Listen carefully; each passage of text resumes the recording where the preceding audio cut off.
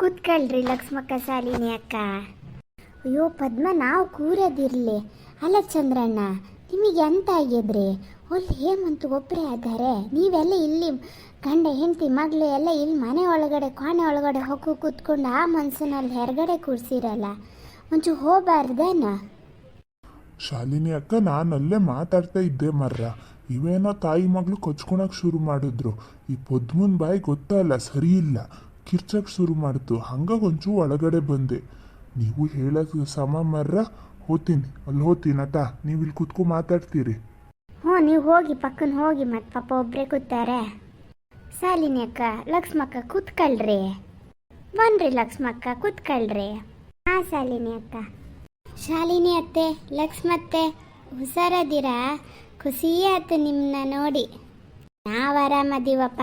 ನಮ್ಮ ನೋಡಿ ಅಂತ ಖುಷಿ ಪಡೋದು, ನೀನು ನೋಡಿ ಖುಷಿ ಆಯ್ತು. ಗಂಡನ ಜೊತೆ ಹೊರಟಿಯ ಖುಷಿಯಾಗಿ ನೆಮ್ಮದಿಯಾಗಿ ಚೆನ್ನಾಗಿರು ಆತ.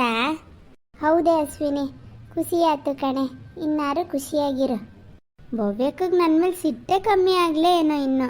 ನನ್ನ ಹತ್ರ ಅವ್ರ ಮಾತೇ ಆಡ್ಲ. ಥೋ ಇಲ್ಲ ಕಣೆ, ನಾನು ಶಾಲಿನಿ ಅಕ್ಕನ ಮನೆಗೆ ಬಂದಿದ್ನ, ಈಗ ನಿಮ್ಮ ಮನೆಗೆ ಬರೋರ. ಆವಾಗ ಅಲ್ಲೇ ಭವ್ಯನ ಹತ್ರ ಮಾತಾಡ್ಸ್ಕೊಬತ್ತೀನಿ ಅಂತ ಹೋಗಿದ್ದೆ. ಅಲ್ಲೇ ಸಿಕ್ಕಿತ್ತ ಭವ್ಯ.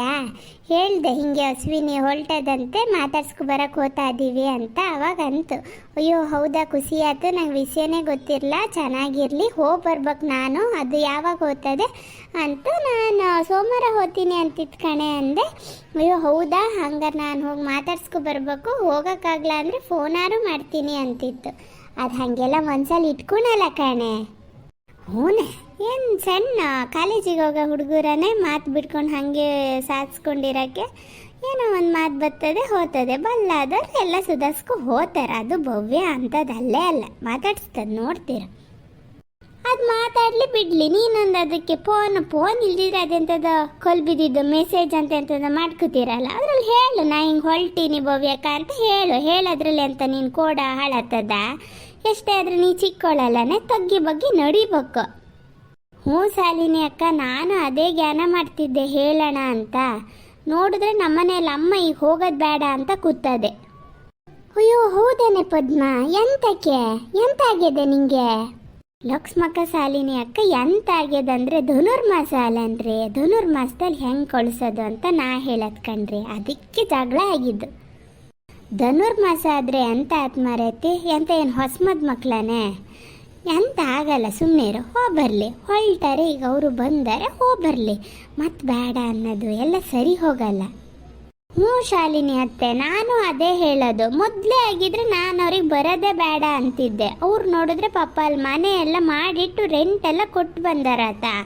ಈಗ ಹೋಗದೆ ಹಾಗೆ ಹೋದ್ರೆ ಅವ್ರ ಅಮ್ಮನೂ ಒಂಥರ ಎಂಥದಾರು ಹೇಳ್ತಾರೆ. ನಾ ಹೋಗ್ತೀನಿ ಅಂದರೆ ನಮ್ಮ ಅಮ್ಮಂದೊಂದು ಇಲ್ಲದೆ ಹೋದವೇ ಹೇಳ್ತಾ ಕೂರೋದು. ಅಲ್ಲದೆ ಹೋದವೇನಲ್ಲ ಅಶ್ವಿನಿ, ಅದೆಲ್ಲ ಒಂದು ಶಾಸ್ತ್ರ ಸಂಪ್ರದಾಯ ಅಂತ. ಎಷ್ಟೇ ಆದರೂ ತಾಯಿ ಅಲ್ಲನೇ, ನನ್ನ ಮಗಳು ಗಾನಾಗಿರಲಿ ಅಂತ ಏನೋ ಒಂದು ಆಸೆ ಮಾಡ್ತಾರೆ. ನೀ ಹಾಗೆಲ್ಲ ಹೇಳಕ್ಕೆ ಹೋಗಬೇಡ, ಅವ್ರ ಆಲೋಚನೆ ಮಾಡೋದ್ರಲ್ಲೂ ಸಮ ಅದೇ. ಕರೆಕ್ಟ್ ನೋಡಿ ಲಕ್ಷ್ಮಕ್ಕ, ಇವೆಲ್ಲ ಅರ್ಥ ಆಗ್ತದ?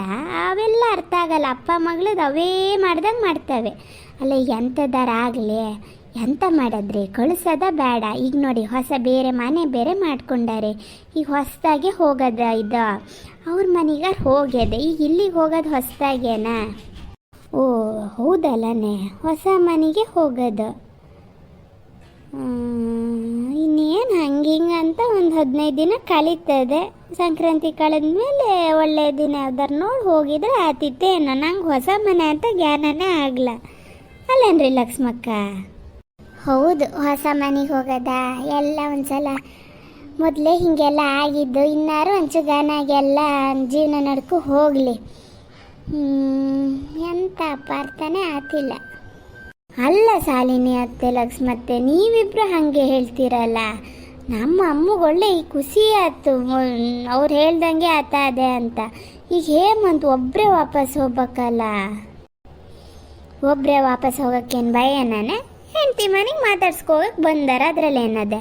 ಅದ್ರ ತಾಯಿ ಅಂತ ಹೇಳ್ತದೆ. ಅದ್ರ ಕತೆ ಎಲ್ಲ ಬಿಡು. ಅವ್ರು ಹೇಳ್ತಾರೆ ಇವ್ರು ಹೇಳ್ತಾರೆ ಅಂತೆಲ್ಲ ತಲೆ ಕೆಡ್ಸ್ಕೊಬೇಡ.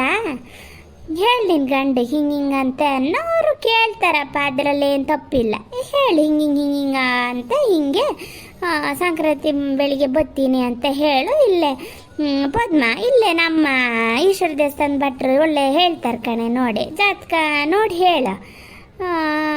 ಯಾವತ್ತು ಹೋಗೋದಂತ ಒಳ್ಳೆ ದಿನಗಳಿಗೆ ಎಲ್ಲ ಹೇಳ್ತಾರೆ, ಅವತ್ತು ಫೋನ್ ಮಾಡಿ ಹೇಳು, ಬಂದು ಕರ್ಕೊ ಹೋಗಲಿ. ಅದರಲ್ಲಿ ಅಂತ ಅದೇ ಹೌದು. ಮತ್ತು ಈ ಹೊಸ ಮನೆಗೆ ಬೇರೆ ಹೋಗೋದು, ಒಂದು ಸಲ ಹಾಲ್ಗೆ ಲುಕ್ಸಿ ಎಲ್ಲ ಗನಾಗ ಪೂಜೆ ಗೀಜೆ ಮಾಡಿಕೊಂಡೆ ಹೋಗಿ. ಇಷ್ಟು ದಿನನೇ ಆಗಿದೆ, ಇನ್ನೊಂದು 15-20 ದಿನದಲ್ಲಿ ಅಂತ. 15-20 ದಿನ ಅನ್ನಂಗಿಲ್ಲ, ಒಂದು 15-16 ದಿನ ಅದೇ ಅಷ್ಟೇ. ಹೌದೇ ಅಶ್ವಿನಿ, ಹಾಗೆ ಮಾಡು. ಅಲ್ಲ ಪದ್ಮ, ಅಶ್ವಿನಿ ಹೇಳೋದು ಬೇಡ, ನೀನೇ ಹೇಳು. ಹಿಂಗೆ ಧನುರ್ಮಾಸ ಎಂತ ಆಗ್ತದೆ ಏನೋ ಬೇಡ, ಇಷ್ಟು ದಿನನೇ ಆಗೋದಾಗ್ಯದ, ಒಂದು 15-20 ದಿನ ಕಳೀಲಿ.